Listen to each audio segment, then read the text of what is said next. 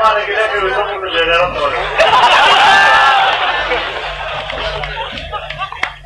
ماں محترم بولو بدر مل کے ممبینو کہ ختم نبوت بانے حملے کی گی دستو وجہ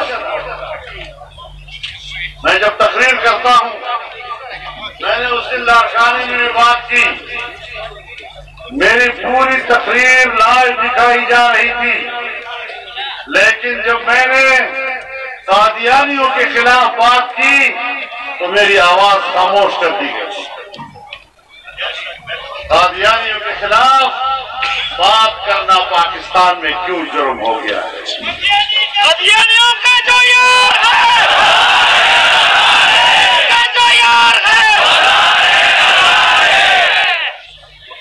تم چاہتے ہو کہ پاکستان میں قادیانیوں کو پھر مسلمان کہا جائے قادیانیوں کو پاکستان میں دوبارہ مسلمان کہلانے کے لیے ہماری لاش اوپر سے گزرنا پڑے گا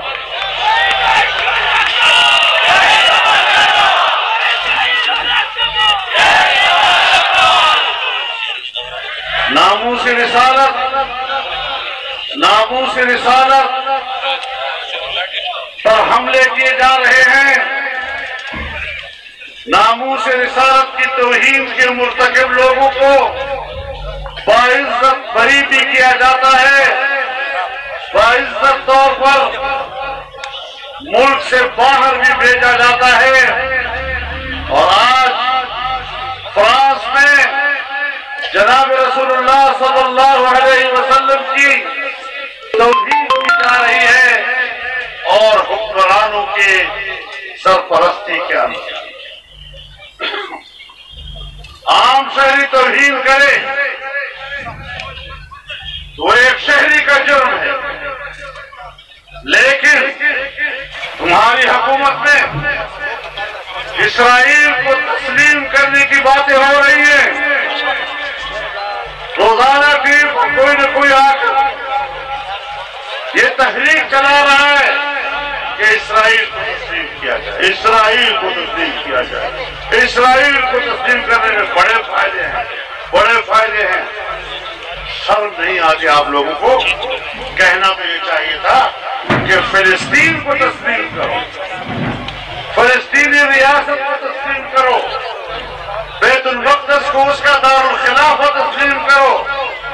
آج تمہیں اپنا مسلمان بھائی بھول گیا ہے سرزمین فلسطین کا اصل مالک آج تمہیں بھول گیا ہے قبلہ اول نے رسول اللہ صلی اللہ علیہ وسلم کو حکم دیا کہ تم کعبے کی طرف رخ کرو تو اللہ نے کعبہ ہمیں دے دیا اور بیت المقدس ان کو دے دیا یہ ہے ان کا علم اگر بیت المقدس یہ یہودیوں کا ہے تو حضرت عمر فاروق رضی اللہ عنہ نے کیوں فتح کیا اگر بیت المقدس یہودیوں کا ہے تو سلطان صلاح الدین ایوبی نے کیوں فتح کیا اسے قبلہ اول بھی ہمارا ہے اور بیت الحرام بھی ہمارا ہے اور اس پر اسرائیل اور یہودیوں کے قبضے کو تسلیم نہیں کیا جا سکتا اور آج کا حکمران جب اس قسم کی باتیں کرتا ہے اور پھر ہم کہتے ہیں یہودیوں کا ایجنٹ ہے تو پھر ناراض بھی ہو جائے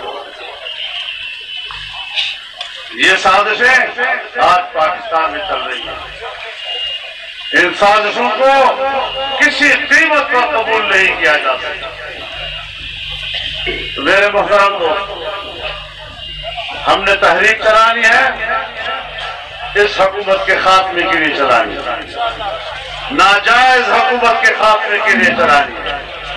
جمہوریت ایک ماحول ہے ایک سسٹم ہے جس میں ہم اپنے نظریے کی بات کر سکتے ہیں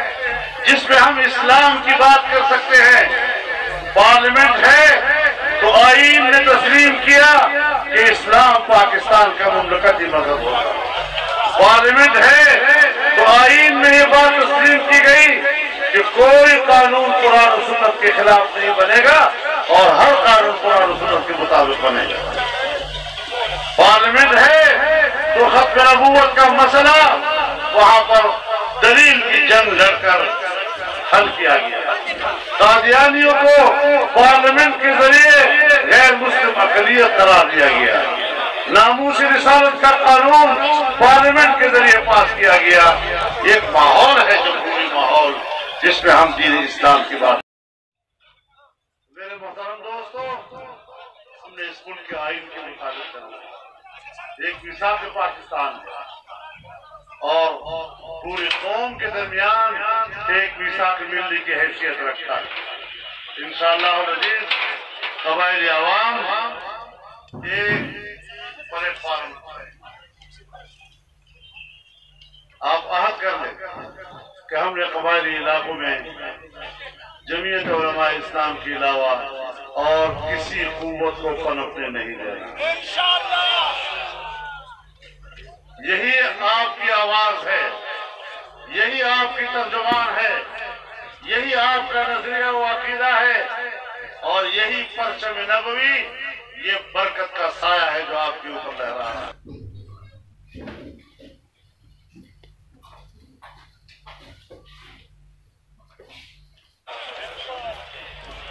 اس کو تھامے رکھیں، اس کو طاقت بنائیں۔ ہم اسلام چاہتے ہیں، ایک ہے خود اس مسلمان بننا، ایک ہے ملک کو اسلامی بنانا، اس کے لیے سیاسی طاقت بننا پڑے گا۔ جب تک آپ جمعیت علماء اسلام کے پلیٹ فارم پر ایک سیاسی طاقت نہیں بنیں گے، اس ملک میں اسلام کا خواب شرمندہ تعبیر نہیں ہو سکے گا۔ پھر لوگ کہیں گے باتیں تو ہوتی ہیں، ہوتا کچھ نہیں ہوگا تب جب آپ طاقت بنائیں گے اور سیاسی طاقت بنائیں گے اور اس مقصد کے لیے بنائیں گے کہ اس ملک میں اللہ کی دین کے حاکم۔ انشاءاللہ العزیز یہ سفر جاری ہے اور جاری رہے گا اور فتح تک جاری رہے گا۔ اللہ ہمارا حامی و ناصر ہو۔ آپ کا ایک بار پھر بہت بہت شکریہ اور انشاءاللہ ہاتھوں میں ہاتھ دے کر اس سفر کو قدم بقدم آگے بڑھائیں گے اور اپنے مسائل انشاءاللہ العزیز سیاسی محاذ پر حل کریں گے۔ اللہ ہم سب